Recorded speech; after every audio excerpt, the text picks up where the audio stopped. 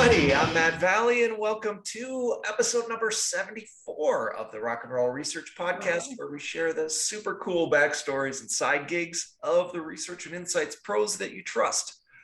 Super excited today to welcome Andy Poe to the program. Andy is the founder and CEO of a really cool agile insights firm called TasteMakers Research Group, who pioneered a really innovative testing methodology called the pop-up CLT, which is some really cool stuff. Now, Andrea has done work for many great brands and companies along the way, like Del Monte and the Wonderful Group and Coca-Cola and many others. But she's also a member of the International Sensory Evaluations Standards Committee for the American Society of Testing and Materials. That's a mouthful, no pun intended. Now, that's right. Now, earlier in her career, Andy worked at the convergence of research and rock and roll for early free file sharing site called mp3.com that actually predated Napster, if you can believe that. So that's really interesting. I can't wait to dig into that and more with Andy today. So welcome to the podcast, Andy. Thank you so much. Thank you for having me. I love research and I love rock and roll. So I think we have a lot to talk about. You're in the right place. That's for sure. I feel like I am.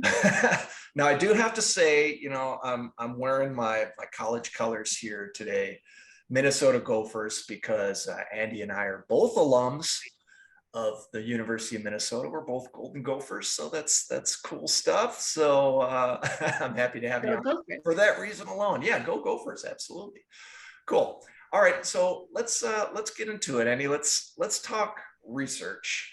So I know you went to Minnesota and you were at the Minnesota Daily, the paper, which is really cool. But how did research pop up into your career? So early on, I had jobs in media and advertising and marketing. And I really just always took a research focus. I was just interested in knowing why people buy what they buy and how they came to that decision. So it was just a curiosity. And I think most people in research, understand that and feel the same for the most part. So, but at the Minnesota Daily, I started as an account executive, and Dinky Town was my territory. And then I got promoted to marketing director. And about the same time, Rev 105, the radio station, came out. Yeah, absolutely. Rev 105. I remember it well. Yep. And so I wanted to do a partnership with them, so that they could kind of elevate us, because that was like the big first alt rock radio station in Minnesota, probably one of the first really big ones in the nation, I'm guessing. Right. And so what I did is I sent a bouquet of flowers made out of the Minnesota Daily newspapers, and I sent it anonymously, sort of like this, partner, like love letter to Kevin Cole. And he called me back. That's awesome. I love that. So that was sort of so that was kind of one of my first forays into working with music and media. But before that, I worked as an account executive for a radio station in Grand Rapids, Michigan called WLAV. And that was the classic rock radio station that covered, all of Southwest Michigan. So that was great, working at a radio station. And, I love the classic rock. I grew up with the classic rock in the 70s.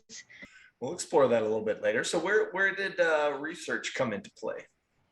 At WLAV, at the radio station, they had really cool tools where you could sort of, look at the demographics in a certain area. So what I would do is I would match, I would find these companies or businesses or products, and I would sort of match the demographics of the listenership to a company's demographics, and it sort of really helped me to sell a lot of advertising, Yeah. WLID. Awesome. It works. Research works. It does. It does work. Definitely. And then I also had a job for a company called Wolverine Worldwide. And Okay. what they do is they manufacture and market shoes. So Okay. some of their brands are Caterpillar, Merrill, Coleman. But while I was working there, they sent me to the CMJ Music Festival. Oh, nice. And it was a Caterpillar brand. And I got to drop off shoes for Billy Corgan, Smashing Pumpkins, Wow. the band Not a Personally? Surf, yeah, and Beth Orton. Oh, wow. Wow. That's Yeah, really cool. All right. it was All right. pretty awesome. Yeah. You had some brushes with fame there. That's really cool.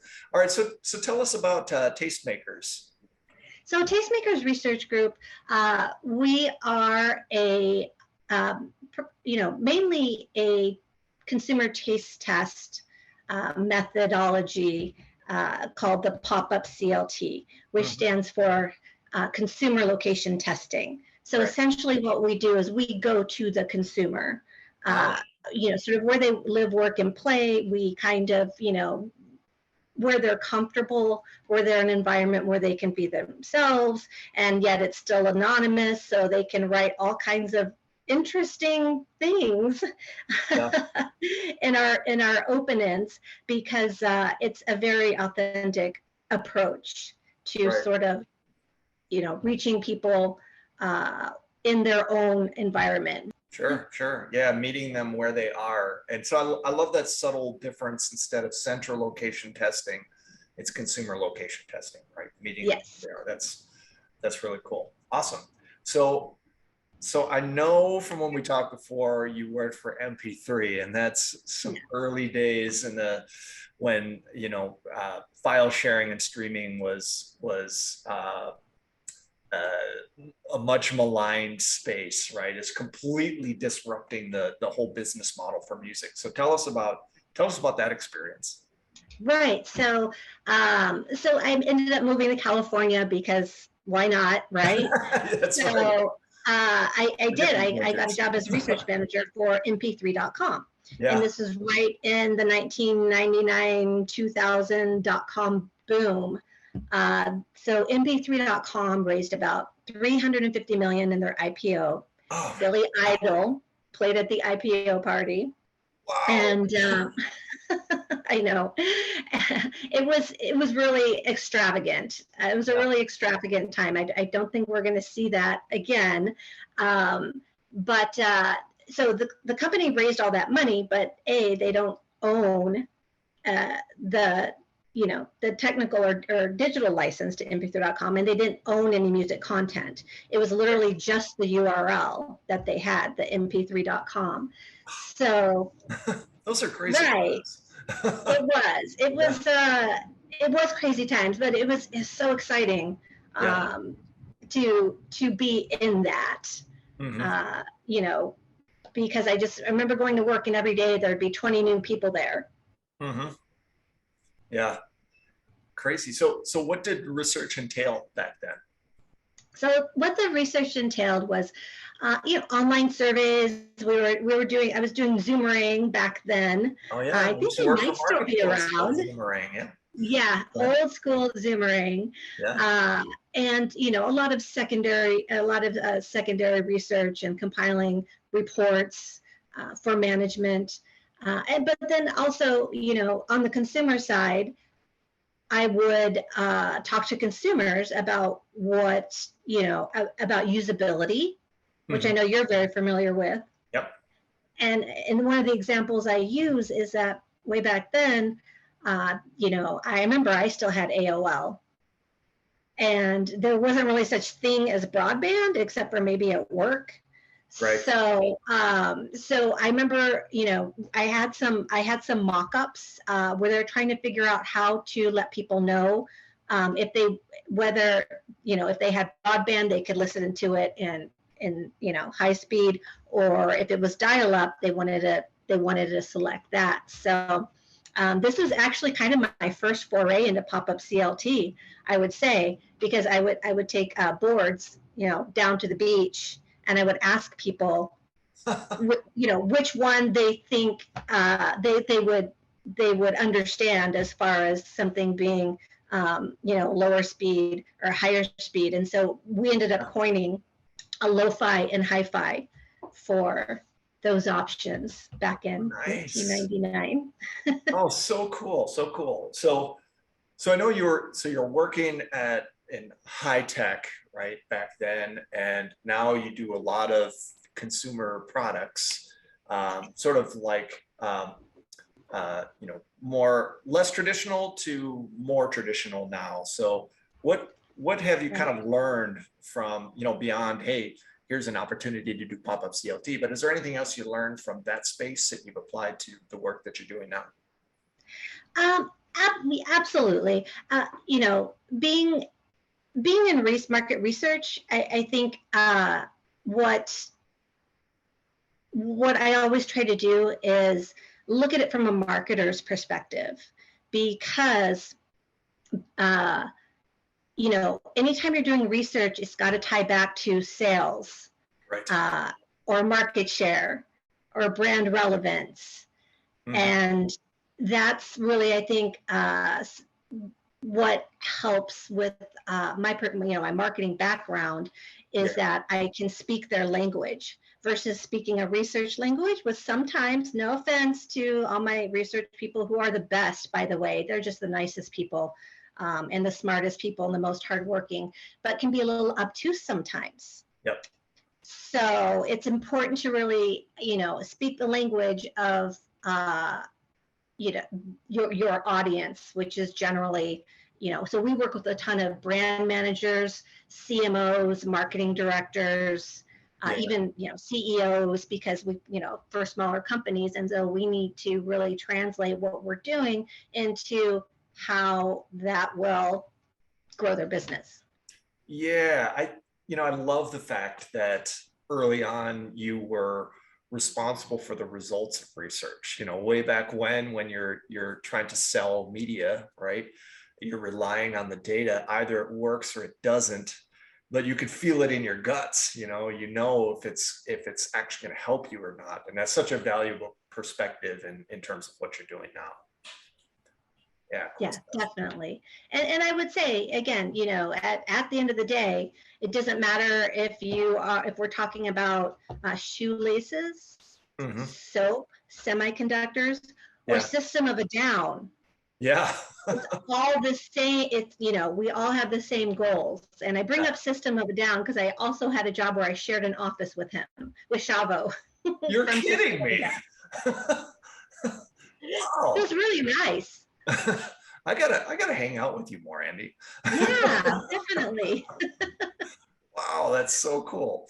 All right, so you have been kind of at the forefront of a lot of things in research, different kinds of companies, but also methodologies that you've brought to bear. So from your perspective, what do you see as you look at the future of research? Well, I think, again, keeping things simple, what TasteMakers does, it's a very simple concept. People call it genius, but it's really just practical on all levels. Right.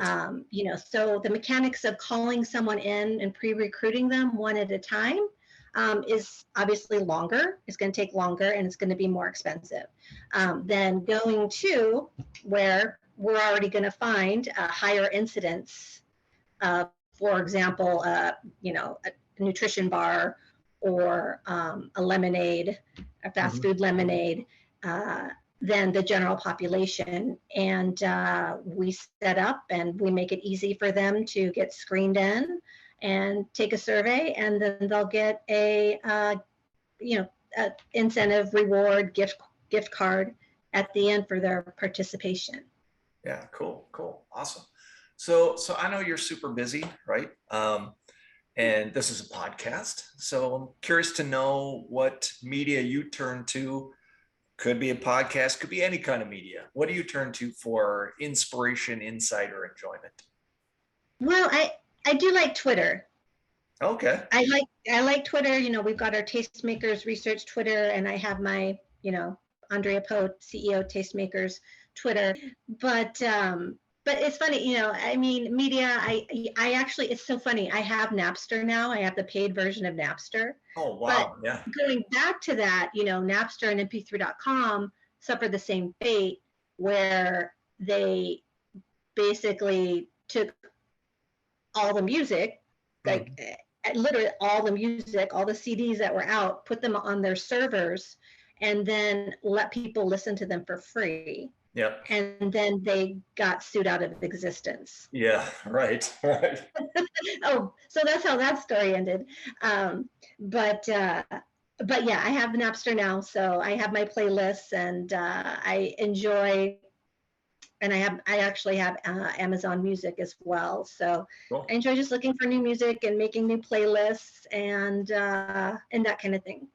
Okay. Very nice. All right. So you brought up the topic of music. So that's really this is really what we want to talk about, right? So you've mentioned a few things, some elbows you've rubbed along the way and some of the music you listened to growing up. But now it's the real test, right? So Andy, you're stranded on a desert island. You've Right. got 3 records of your choosing to keep you company for the rest of your days. What are those records? Okay, so I thought about this, because we've been talking for a couple of weeks, and I wanted to pick records that I can, where I enjoy every single song, Yep. right? Okay. Yep. And it gives me No a little bummers. bit. Yep. What's that? No bummers. Exactly, exactly. So, because, you know, we don't really list, all of my music is on a playlist. So, and I just randomize it.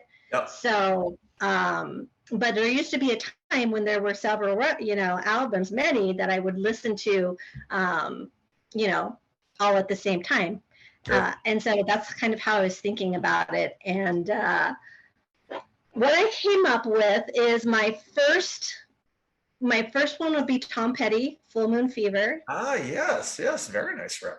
Yeah, My yeah, classic, myself. yes, my classic rock roots. And then my second would have to be New Order Substance. Oh, Plus it's a yes, plus it's a double album, so yeah, exactly, exactly. So double the fun there. You turn 3 into 4. exactly. And then the last one I would have to say, which I already told you, is Def Leppard Pyromania. Yes, I can yes, always listen to that, uh, you know, from cover to cover, or A side and B side, and back and forth. So yeah, yeah. That record was absolutely seminal for me as well. I remember in my neighborhood, we had the one really cool kid. His name was Scott Hobbs, and he had the biggest boom box. And he'd walk down the street with the boom box, and he was playing Pyromania. Either that or Joan Jett, I Love Rock and Roll, one or the other. But you got out of Scott's way because the cool was just you could only fit so much on one street, so much cool on one street. yeah, no, definitely. I think we had those guys too, and it was at that time it was pretty awesome and pretty different. Um, but actually, I think one of my favorite bands is Guns N' Roses. I Yeah. don't have them on there just because Appetite is I've just heard it so many times. But I gotta say, I think that my favorite Guns N' Roses song is called 14 Years, and it's on Use Your Illusion 2. Oh, interesting. Okay. Okay. And then after that, there's a song called "Get in the Ring," and it's got to be the most rock and roll song I've. I mean, it's got to be up there with Yeah. the most rock and roll song of rock and roll songs. You know what? I'm gonna check it out because honestly, I did love Appetite. It was for me, it was a guilty pleasure because I was more on the thrash metal side back then. Right, right. It was Slayer and Metallica Yeah, and everything like that. And so Guns N' Roses, that's hair metal. Whatever. yeah. Appetite was so good that It was good. I mean, it is good. It is.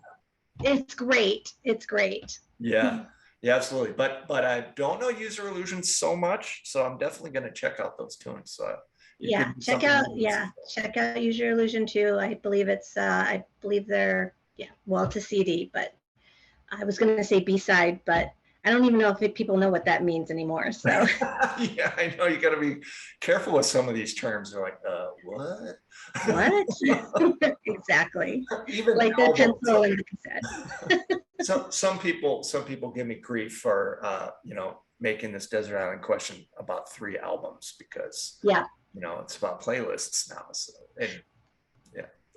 But that's why it made me think, which ones would I want with me that I can just, listen to every single song and enjoy, practically every single song, just as much as I always have. Awesome. Well, excellent choices, Andy. This has been a great chat. Next time I'm in Los Angeles, would love to get together. Yes. Have a cup of coffee, rock definitely. a little bit here and there. So we'll figure it out. But let's definitely stay in touch and rock and roll. Rock and roll.